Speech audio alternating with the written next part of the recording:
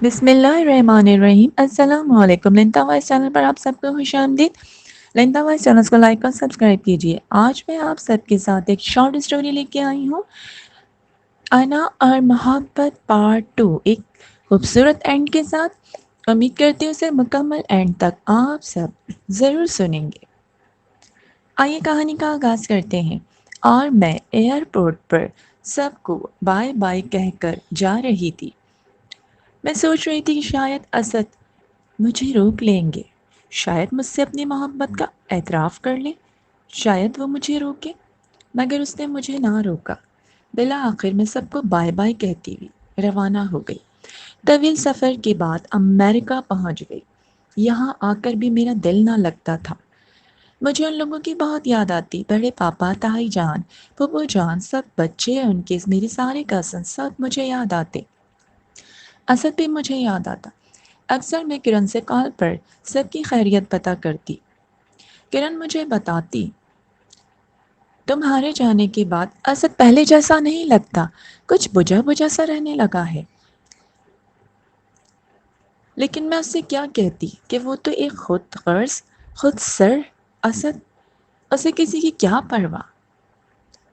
کرن سے بات کر کے اکثر میں فون بند کر دیتی اور پھر سوچنے لگتی۔ وقت بھی گزر رہا تھا۔ ایک دن ممی نے مجھ سے ذکر کیا اور کہا، پلوشا، میں فیصلہ اٹل کر چکی ہوں۔ رمی سے تمہارا رشتہ پہلے سے تو چل ہی رہا تھا، یہ بات تو تم جانتی ہو، اور اب میں نے طے کر لیا ہے۔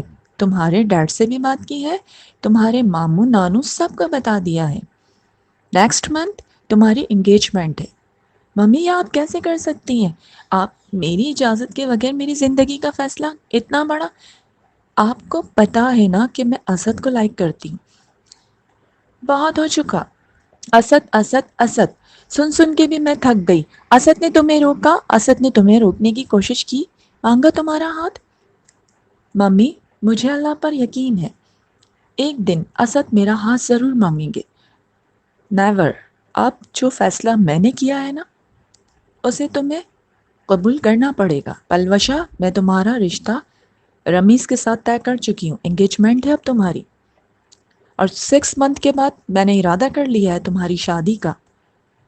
ممی، میں ڈیڈ سے بات کروں گی، میں نانو سے بات کروں گی۔ اور پھر اگلے دن میں نے ڈیڈ سے ذکر کیا، بہت رو رہی تھی میں۔ ڈیڈ بھی ممی کے آگے بہت مجبور تھے۔ بیٹا، تمہیں تو پتا ہے غزالہ اگر کوئی فیصلہ کر لے تو وہ اٹل ہوتا ہے، اس کے مزاج کا تمہیں تو پتا ہے نا۔ ڈیڈ پلیز میرے لیے آپ کچھ کیجئے، میں رمیز کو لائک نہیں کرتی، میں اپنا لائف پارٹنر اسد کو چن چکی ہوں۔ مگر بیٹا، اسد نے تمہیں کوئی رسپانس دیا؟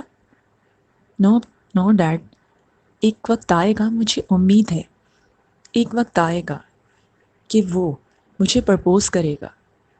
بیٹا، مجھے نہیں لگتا۔ اور پھر میں ڈیڈ کو مناتی رہی، ڈیڈ نے ممی کو منایا، مگر کچھ فائدہ نہ ہوا۔ اور پھر ممی نے مجھ سے کہا کہ تمہاری انگیجمنٹ ہونے والی ہے، اس بات کے لیے پلیز تم ایگری ہو جاؤ، اسی میں تمہاری بھلائی ہے، بہت اچھی فیملی ہے، رمیز تمہیں خوش رکھے گا۔ ٹھیک ہے ممی، آپ نے اپنی خوشی کے خاطر یہ فیصلہ کیا ہے، تو میں تو مر چکی ہوں، تو ٹھیک ہے، اپنی خوشی کے خاطر آپ اس مری ہوئی لڑکی پہ پھول چڑھا دیں۔ یہ کیسی باتیں کر رہی ہو پلوشا، تم ہوش میں آؤ۔ الحمدللہ، اللہ تعالیٰ تمہیں زندگی دے، زندگی کی ہر خوشیاں دیکھو۔ ممی تو اپنا فیصلہ سنا کر جا چکی تھی اور میں مجبور ہو چکی تھی۔ میں جانتی تھی ممی بہت ہائپر ہو جاتی تھی، ڈپریشن میں آ جاتی تھی، ہر بات کو منواتی تھی۔ میں خاموش ہو گئی اور اللہ پر چھوڑ دیا۔ اس طرح میری انگیجمنٹ بھی ہو گئی۔ 6 منتھ کے بعد میری شادی طے کر دی گئی تھی۔ ممی بہت شاپنگ کرتی، سب کچھ کرتی، میں نانو کو بھی بتا چکی تھی۔ نانو مجھے بہت پیار کرتی تھی۔ نانو نے کہا کہ میں غزالہ سے بات کروں گی، انہوں نے بھی بہت سمجھانے کی کوشش کی، مگر ممی کچھ نہ سمجھتی۔ بالآخر میری شادی کو 1 منتھ جب رہ گیا، ڈیڈ نے جب کارڈز بنوائے تو پھر انہوں نے کارڈ پوسٹ کر دیے، اور جب میری شادی کے کارڈ وہاں پر پہنچے تو پھپھو نے بھی سبھی نے ڈیڈ کو کال کی مبارکباد دی. بڑے پاپا نے بھی مبارکباد دی. اور پھر کرن نے مجھے بتایا کہ تمہاری شادی کا اسد کو پتہ چلا ہے جب سے میں نوٹ کر رہی ہوں. اسد نے اپنے آپ کو خود کو کمرے میں بند کر لیا ہے. ہم لوگ جب بھی حویلی جاتے ہیں تمہیں تو پتہ ہے نا، فراز بھائی سے، انیتا سے، مجھ سے، تمام کزن سے کتنی اچھی فرینڈ شپ ہے اسد کی، مگر وہ ہم لوگ کو دیکھتے ہی پتہ نہیں کیوں روم میں چلا جاتا ہے. کچھ ایبسرڈ لگ رہا ہے. مجھے پہلے جیسا اسد نہیں لگتا. اور میں بھی یہی جواب دیتی جب اسے میری پرواہ نہیں، پھر میں کیا کروں. اور اس طرح وقت بھی گزر رہا تھا. ممی تو بہت خوش تھی، شاپنگ میں لگی ہوئی تھی. میری شادی کو جب تقریباً 20 دن رہ گئے تو پھر اچانک سے کال آئی، اور جب فراز بھائی نے بتایا ڈیڈ کو کہ اسد کا ایکسیڈنٹ ہو گیا ہے، اور اس نے مجھ سے کال پر یہ کہا تھا کہ میں اپنی جان دے دوں گا، میں زندہ رہنا نہیں چاہتا. ڈیڈ کو فراز بھائی نے سب کچھ بتا دیا تھا، اور ڈیڈ نے فون کو جب رکھا، ڈیڈ کو ساری ڈیٹیل پتہ چلی. جب انہوں نے بڑے پاپا کو کال کی تو بڑے پاپا بہت رو رہے تھے، اور انہوں نے بتایا کہ اسد نے کار بہت فاسٹ ڈرائیو کی تھی، اور اس طرح اس کا اتنا بری طرح سے ایکسیڈنٹ ہوا کہ اسد کے دماغ پر بھی کافی چوٹ آئی ہے. وہ آئی سی یو میں ہے. اسد کی طبیعت ٹھیک نہیں ہے. اور جب یہ بات مجھے ڈیڈ نے بتائی اور جب میں نے ساری بات سنی، میں بہت رو رہی تھی. اور میں نے کہا ڈیڈ میں پاکستان جانا چاہتی ہوں. بیٹا تم دعا کرو، ابھی پاسبل نہیں ہے. اللہ تعالیٰ اسد پر رحم اور کرم فرمائے. ممی کو پتہ چلا، انہوں نے تو ایک شور مچا دیا، واٹ پاکستان جاؤ گی؟ تمہاری شادی ہونے والی ہے. ممی میں آپ کو کہہ چکی ہوں نا، آپ میری زندگی سے نہیں کھیل سکتی. میں پاکستان جاؤں گی، بڑے پاپا کے گھر جاؤں گی. میں اسد سے ملنا چاہتی ہوں. اگر اسے کچھ ہو گیا میں برداشت نہیں کر پاؤں گی. اور اس طرح نانو کو بلایا میں نے. نانو بہت سمجھا رہی تھی ممی کو، نانو ممی کو سمجھا دیں، ممی میرے ساتھ زبردستی نہیں کر سکتی، میں رمیز کو لائک نہیں کرتی. بڑے پاپا کا گھر میرا اپنا گھر ہے. نانو نے ممی کو بہت سمجھایا، اسے پاکستان جانے دو، ایک موقع دو، تم بھی جاؤ. اور دیکھو اس وقت اس کی حالت صحیح نہیں ہے اسد کی. اور پھر کرن کی کال آئی اور اس نے کہا وہ آئی سی یو میں ہے، اس کی طبیعت ٹھیک نہیں ہے، ہم لوگ بھی وہاں پر ہیں. ڈاکٹر نے کہا ہے انشاءاللہ اسے جب ہوش آ جائے، آپ لوگ بھی دعا کیجئے تو پھر خطرے سے باہر ہوں گے. یہ سب لوگ بہت دعا کر رہے تھے. ممی میں کہہ رہی میں رمیز سے بات کروں گی، رمیز بہت اچھا لڑکا ہے، میں اس سے ریکویسٹ کروں گی، وہ میری بات کو سمجھ لے گا. اور اس طرح میں نے اتنا شور مچایا. ڈیڈ بہت مجبور ہو چکے تھے. ڈیڈ نے جب میرا پاگل پن دیکھا تو انہوں نے ممی سے بات کی اور کہا کہ ہمیں پاکستان جانا چاہیے، اسد کی طبیعت ٹھیک نہیں ہے. نانو نے بھی ممی کو بہت سمجھایا کہ زبردستی نہیں کر سکتے. ممی میرے لیے اچھا سوچ رہی تھی، لیکن اس سے بھی اچھا میں نے جو سوچا تھا وہ بڑے پاپا، اسد، یہ سب میرے اپنے تھے. اور اس طرح ڈیڈ نے پوری کوشش کی. پاکستان جانے کے لیے انہوں نے ٹکٹ کروائیں. بڑے پاپا کو بھی انفارم کر دیا کہ ہم لوگ پاکستان آ رہے ہیں. اور پھر میں نے ممی سے کہا ممی پلیز مجھے رمیز سے آپ ملوائیں، میں آنٹی سے بات کروں گی. اور اس طرح میں نے رمیز سے سوری بھی کیا اور بتا دیا کہ رمیز تمہیں بہت اچھی اچھی لڑکیاں مل جائیں گی، مگر میں مجبور ہوں. میں اپنے کزن اسد کو بہت لائک کرتی ہوں، میں پاکستان جانا چاہتی ہوں، ابھی اس کی حالت بہت خراب ہے، میں اس سے ملنا چاہتی ہوں. اسد ایک سمجھدار پڑھا لکھا لڑکا تھا، اور اس نے بھی یہی کہا کہ کوئی بات نہیں، اگر تمہاری یہی خوشی ہے تو میں تمہیں اس رشتے سے آزاد کرتا ہوں. اور میں دعا کرتا ہوں کہ اسد جلد صحتیاب ہو جائے. Best wishes for you. Thank you. کہ تم نے میری بات کو سمجھا رمیز. ہم اچھے فرینڈ ہیں اور فرینڈ رہیں گے. اور وہ بھی مسکرا دیا. میں اس کے رشتے سے آزاد ہو گئی. آنٹی سے بھی بہت معذرت کی. ہمارا بہت اچھا آنا جانا تھا، فیملی ٹرم تھے نا، تو آنٹی مجھے بچپن سے ہی بہت پیار کرتی تھیں. انہوں نے بھی کہا اٹس اوکے بیٹا، خوش رہو، تمہاری مرضی نہیں تو کوئی بات نہیں، فیس کر لوں گی میں حالات کو. اور اس طرح رمیز سے رشتہ ختم ہوا. اور اب وہ خطرے سے آئی سی یو سے آ چکے تھے. اللہ تعالیٰ کا شکر تھا اسد کو ہوش آ گیا تھا. بڑے پاپا کی کال آئی تھی. ہمیں جانے میں بھی ابھی 4 دن لگنے تھے. تیاری کی اور اس کے بعد ہم لوگ پاکستان جانے کے لیے روانہ ہو گئے. اس کے بعد جب ہم اتنے سفر کے بعد پاکستان پہنچے، بڑے پاپا کی حویلی میں بہت رو رہی تھی میں. تائی جان سے مل کے پھپھو جان سب تھیں. سب نے مجھے گلے لگایا. اور پھر پاپا نے مجھ سے جب یہ کہا کہ اسد نے اپنا ایکسیڈنٹ کر دیا، مر جانا چاہتا تھا وہ، کیونکہ مجھے فراز نے سب کچھ بتا دیا اور وہ ڈیڈ کو سب بتا رہے تھے. وہ تم سے پلوشا بہت محبت کرتا ہے میری بیٹی. تم میری بیٹی ہو اور اب میں تمہیں اپنے بہو کے روپ میں دیکھتا ہوں. تم میری ہمیشہ بیٹی رہو گی. میں تمہیں اپنی بہو بناؤں گا. اور میں نے سر جھکا لیا. بڑے پاپا مجھے اسد کے پاس پلیز لے چلیں، ابھی تم تھکی بھی آئی ہو. پھپھو نے مجھے کہا آپ سب ریسٹ کریں، ریلیکس ہو. انہوں نے کھانا وغیرہ لگوایا مگر میں ایک نوالا بھی نہ اٹھا سکی. انیتا کرن وہ لوگ بھی موجود تھے. ان سے مل کر رونے لگی. انہوں نے کہا پریشان نہ ہو. روم میں لے گئی، ریسٹ کروایا اور کہا اسد تم سے بہت محبت کرتا ہے، بہت. مگر انا کے بیچ میں اس نے ایک ایسی دیوار کھڑی کر دی جسے توڑ ہی نہ سکا. تمہاری شادی کا کارڈ دیکھ کے فراز بھائی سے کال پر کہا مر جانا چاہتا ہوں، میں زندہ نہیں رہوں گا. اور بس اتنا کہا کہ میں جا رہا ہوں. اور اس کے بعد پتہ چلا کہ انہوں نے اپنا ایکسیڈنٹ کر لیا. تیز رفتار گاڑی سامنے سے آ رہی تھی.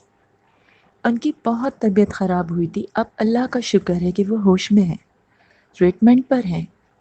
تم آ گئی ہو، سب ٹھیک ہو جائے گا. اور پھر اگلے دن ہم سب اسد کو دیکھنے گئے. بڑے پاپا سب لوگ، ڈیڈ بھی گئے، سب نے ملے، مامی بھی گئیں. اس کے بعد میرے کزن، ان لوگوں نے دروازے پر کھڑے ہو کر کہا اسد دیکھو تو کوئی اتنا طویل سفر کر کے تم سے ملنے آیا ہے. اسد نے نگاہیں اٹھائیں، آہستگی سے کہا، بہت ویکنس فیل کر رہا تھا. کون؟ خود ہی دیکھ لو، پلوشا آئی ہے. اور وہ سب چلے گئے اور میں جا کر بیٹھ گئی. میں نے سلام کیا. وعلیکم السلام. اسد یہ کیا کیا تم نے؟ کچھ نہیں، بس ڈرائیو کر رہا تھا. کیوں کیوں کر رہے تھے؟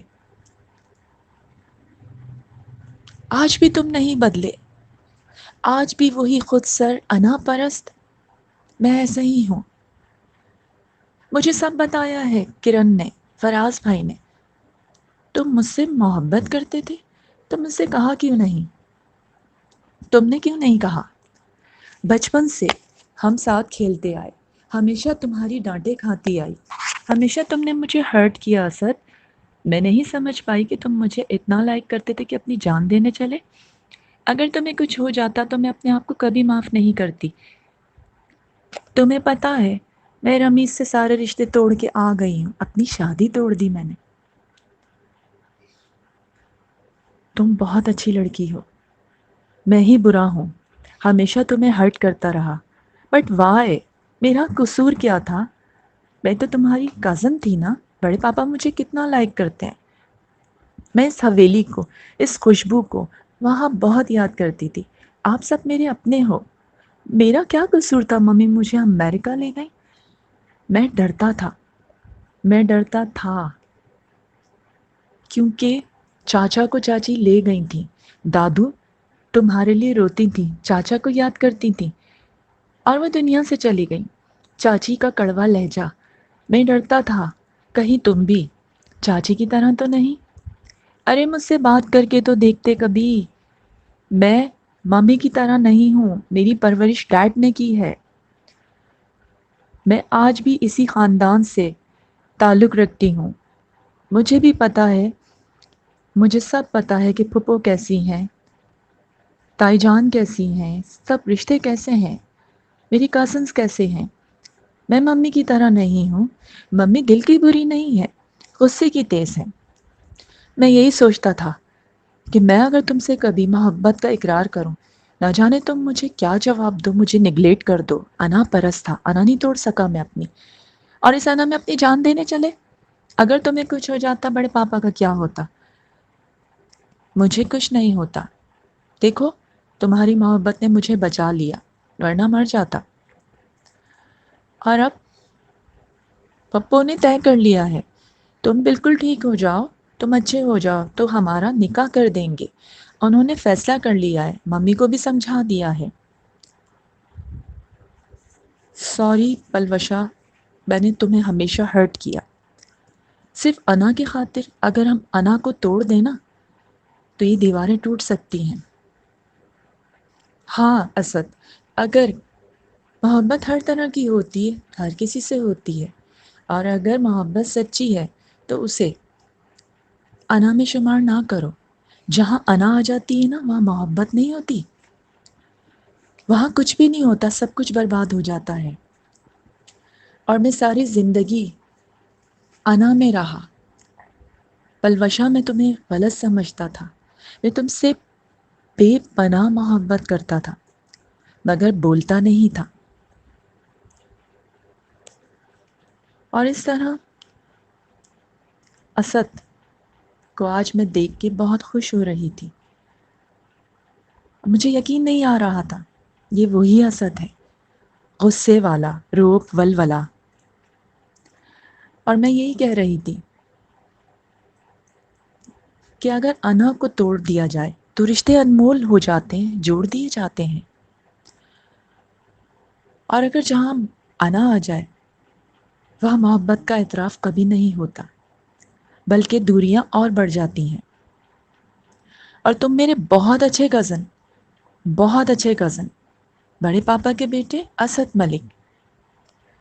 اور اسد بھی مسکرا دیا، اور اس طرح ہمارا بعد میں رشتہ طے ہوا۔ سبھی گھر والے بہت خوش تھے، اسد کا بہت ٹریٹمنٹ ہوا، تب کہیں جا کے اسد ایک ماہ بعد صحتیاب ہوئے۔ اور پھر ہمارا جب رشتہ ہوا اس کے بعد پھر ڈیڈ اور بڑے پاپا نے فیصلہ کیا، ہمارا نکاح کر دیا۔ اور اب ممی اور ڈیڈ یہی چاہتے تھے کہ ہم یہاں پہ کچھ دن اور ٹھہریں، اور اس کے بعد پھر نکاح ہوا۔ ممی چاہتی تھی میں کچھ عرصہ ممی کے پاس امریکہ چلی جاؤں، مگر ڈیڈ نے سمجھایا کہ اب اس کو رخصتی کر دو۔ ممی ڈیڈ رہے حویلی میں، اور پھر 2 مہینے کے بعد ہماری مکمل رخصتی، شادی ہوئی، اور اس طرح سے پھپھو کے گھر سے حویلی میں آ گئی میں، بڑے پاپا کے گھر۔ میں بھی بہت خوش تھی، اسد بھی، ممی بھی خوش تھی، نانو ماموں سب آئے تھے۔ سب نے ممی کو کہا کہ تم نے بچوں کی بات رکھ لی، تم نے بھی اپنا غصہ اور انا کو توڑ دکھایا، اور اس طرح ہماری آج ہیپی لائف ہے۔ میری شادی کو بھی آج 3 سال ہو گئے، میں بہت خوش ہوں، اور اللہ نے مجھے بہت پیارے بیٹے سے نوازا ہے۔ حویلی میں بہت خوش، سارے کزنس ہمارے خوش ہیں۔ اور میں آج بھی اسد سے یہی بولتی ہوں کہ اسد، اگر تمہیں کچھ ہو جاتا، جب میں ایئرپورٹ جا رہی تھی تم نے مجھے نہ روکا، کاش تم مجھے جب ہی روک لیتے۔ اگر تمہارا ایکسیڈنٹ اس دن جو ہوا تھا سیریس ہوتا، خدا نہ خواستہ تمہیں کچھ ہو جاتا، تو میں بھی شاید زندہ نہ بچتی۔ تو ہم دونوں خدا کا شکر ادا کرتے۔ اور اس کہانی سے ہمیں یہی سبق ملتا ہے کہ جہاں انا آ جائے، اگر کوئی کسی کو لائک کرتا ہے، دل سے کرتا ہے، تو وہ کوشش کرے کہ وہ اپنی دل کی بات دل میں نہ رکھے بلکہ شیئر کر دے۔ ہو سکتا ہے سامنے والا اسے لائک نہ کرتا ہو، تو اسے کم از کم بات کر کے وہ صرف آنسر تو دے سکتا ہے، تاکہ وہ اس کی محبت سے مکمل طور پہ خود کو آزاد کر لے، اپنی انا کو توڑ کے اس سے بات کر لے۔ لیکن اسے جب پتہ چلے کہ سامنے والا آپ کو لائک نہیں کرتا، تو وہ پھر اس کی محبت سے اپنے آپ کو خود کو آزاد کر لے۔ اللہ تعالیٰ نے اس کے لیے بہتر مستقبل رکھا ہوگا۔ مگر پلوشا کی محبت سچی تھی، جو پلوشا نے اسد ملک کو حاصل کیا، اور اسد ملک سچا تھا جس نے اپنی انا کو آخر کار توڑ ہی ڈالا، اور آج دونوں ہیپی لائف گزار رہے ہیں۔ جوڑے تو آسمانوں پر بنتے ہیں۔ اللہ تعالیٰ نے اسد اور پلوشا کا رشتہ بنایا تھا، تبھی تو دونوں ملے۔ راستے رکاوٹیں سب آئیں اور آج دونوں خوش ہیں۔ امید کرتی ہوں آپ لوگوں کو آج کی سٹوری پسند آئی ہو، تو اسے لائک کیجئے، سبسکرائب کیجئے، کامنٹس ضرور دیجئے۔ انشاءاللہ پھر اگلی شارٹ سٹوری کے ساتھ آپ سب کے ساتھ ضرور حاضر ہوں گی۔ اللہ حافظ۔